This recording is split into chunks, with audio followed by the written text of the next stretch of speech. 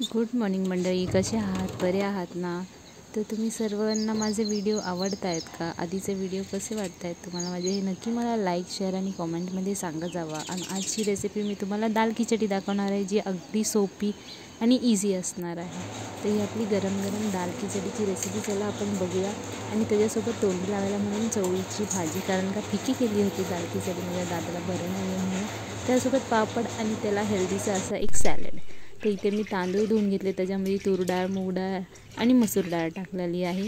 आणि सोबतच कांदा, टमॅटो, कढीपत्ता आणि कोथिंबीर पण घेतलेली आहे. इथे मसाले काढून घेतले, स्वादनुसार घ्या, लाल तिखट वगैरे. आणि इथं भाताला एक शिट्टी देऊन तो मी थंड करून घेतला आहे. भात बघा अजून गरम आहे म्हणून मोकळा नाही वाटत आहे, पण मस्त असा शिजला होता आणि आपल्या सर्व डाळीशी शिजला होता.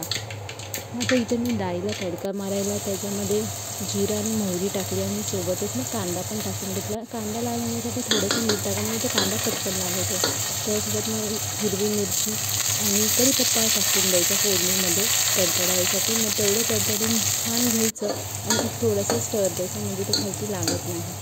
आणि तुम्ही मला कमेंटमध्ये सांगा तुम्हाला माझे व्हिडिओ कसे आवडत आहेत आणि तुम्ही कुठल्या स्टेटमधून किंवा कुठल्याही जिल्ह्यातून माझे व्हिडिओ बघत आहात ते, आणि तुम्हाला आत्तापर्यंत माझी कुठली रेसिपी आवडते. तर हे सगळं टाकल्यानंतर आपण टाकणार आहे आलं लसणाची पेस्ट, जी आपली घरगुतीच असते, आणि टमॅटो आणि सर्व मसाले.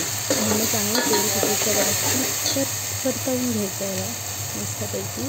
तोपर्यंत आपली जी बाकीची साईडची राहिलेली कामं असतात, भांडी घासायची, ती आपण पटापटा घासून घ्यायची आणि छान असं किचन ठेवायचं, म्हणजे आपल्याला स्वयंपाक करताना जास्त हेडेक होत नाही. आणि नंतरही आपण जास्त पटकन फोडणी देऊन भरू शकतो. इथे बघा तेल सुटलेलं आहे आपल्या मसाल्यांना. आणि आता आपण ह्याच्यामध्ये राईस ॲड करूया आणि छान असं हलवून घेऊया राईस ॲड करून. तुम्हाला माझ्या रेसिपी कशा आवडतात, तुम्ही ट्राय करता की नाही घरी, हे मला नक्की सांगत जावा कॉमेंटमध्ये. लाईक करा, शेअर करा, सबस्क्राईब करा आणि बेल आयकॉनला हे करा. तर आता आपण मस्त भाताला हलवून घ्यायचं आहे, म्हणजे मसाला त्याचा एकजीव झाला पाहिजे राईस. आणि मी हे राईस आधी शिजवून घेतला, कारण त्यांना डाळ आळून जाते. आणि या टायमाला मी तेही गेलं की वेगळा भात शिजवला आणि मग फोडणी मारली, पण तरीही ती आळूनच गेला. आय डोंट नो वाय, पण टेस्टला खूपच भारी होते. तुम्ही बघताय आपला दाल खिचडीचा किती मस्त असा कलर आलेला आहे आणि ती तेवढीच टेस्टी. फक्त एक मला कळत नाही की ती पाणी आळतं कशाला.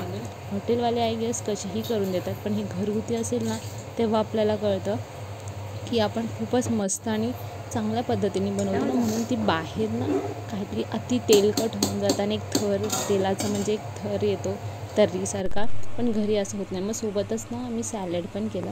गाजर बारीक किसून घेतला, मग त्याच्यासोबतच टाकली काकडी. आता हे मीठ टाकतो ना, तर ते मीठ सॅलडला कसं पाणी सुटतं, त्याच्यासाठी मग एक वेगळंच काढून घ्यायचं, म्हणजे जेव्हा जेव्हा आपल्याला लागेल ते वेगवेगळं मिक्स करायचं आणि मग आपण त्या वेळेस खाऊ शकतो. त्याच्यामध्ये मीठ टाकलं तर पाणी सुटतं ना, त्यामुळे आम्हीही असं करतो. तुम्ही कसं करता ते सांगा. आणि तर आपली डाळ खिचडी ही झालेली आहे मस्त अशी. आणि आता त्याला मस्त सर्व करा पापडासोबत. ही ॲक्च्युली आमच्या इथं आम्ही ठाणे जिल्ह्यातले असल्यामुळे आमच्या इथं याला मिरगुंड्या बोलतात. तुमच्या इथं हे बनतात का तर मला नक्की सांगा आणि त्याची टेस्ट आहे. जर व्हिडिओ आवडत असेल तर प्लीज लाईक, फॉलो, शेअर